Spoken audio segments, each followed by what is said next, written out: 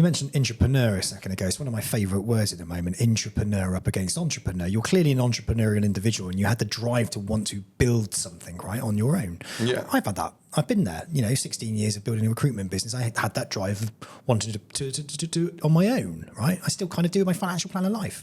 I don't think it's ever going to go away. However, the other term is intrapreneur. Can you be entrepreneurial inside a business? I think you have to be. In order to be successful, you have to be. I think the way that I run my business is, making sure that my business is not reliant on any one particular individual or any way, shape or form that, I need somebody to give me X or I need to be provided with Y. I don't run my business on that particular basis.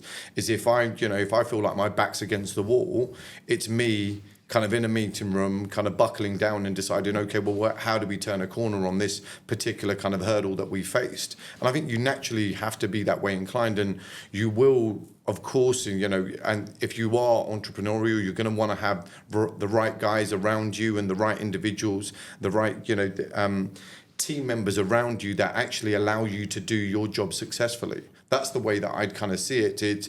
But then the way that I see it is, the way that I'm running my business or even, the book that I manage, it's a small advisory group in itself, right? We speak to advisory groups on a day-to-day basis. We know how much they manage. We know which ones that we've, in terms of, gone out and built into our business over the last year or so.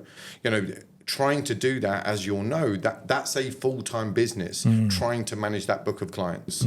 Now, actually, the ancillaries around that, i.e., your compliance, the recruitment, all of these particular parameters, that's another job in itself. And trying to do both, I think, is a very difficult task. I don't think it's an impossible task. It's too difficult for me to do, if I'm being honest.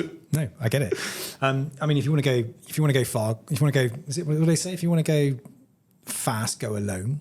If you want to go far, go together. Yeah. One of the things that I've noticed from running my own business is I used to often wish I had the people around me that I could turn to that were experts within specific areas of running a business, right?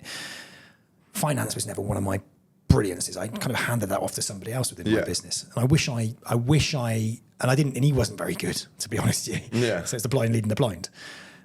Coming into somewhere like Hoxton, where I can literally go, Charlie, who's an absolute finance whiz, and I can get an answer instantly. I've learned so much within a short period of time that's improved my skills, even around things like budgeting and growing my department. My department's got a huge budget, and I'm responsible for a massive budget. But I've lent into the finance team to help me to manage that budget and be realistic. And one of the things that Charlie said to me is like, I'm not here to stop you from developing your department, right? We want people that are entrepreneurial, who want to grow with us and have got growth mindset.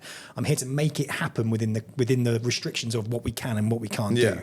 So let's make it work. And I love that. Whereas before you can get carried away with your ideas, can't you? We're going to do this, we're going to do that. They actually welcome those ideas, I found, at Hoxton, and they help you achieve that by putting in a proper plan around the areas that maybe I'm weak on. I think with, as with this business, there is a fundamental blueprint, in terms of the way that it's structured. And I think that extends out to every single role and position within this business. There's a blueprint to the way that I run my business. There's a blueprint to the way that my team run their businesses. It's something that we ultimately pride ourselves on quite aggressively, because the reason I sit in meetings with so much confidence, it's not because I feel that I know everything that there is to know. By no means. It's much more related to, I don't believe that there's a single question that could be put in front of me in the universe that I have discussions in that I can't lean on one individual in our particular business, or that we could pick up the phone and make a call to somebody that would have the answer to that at an incredibly high level.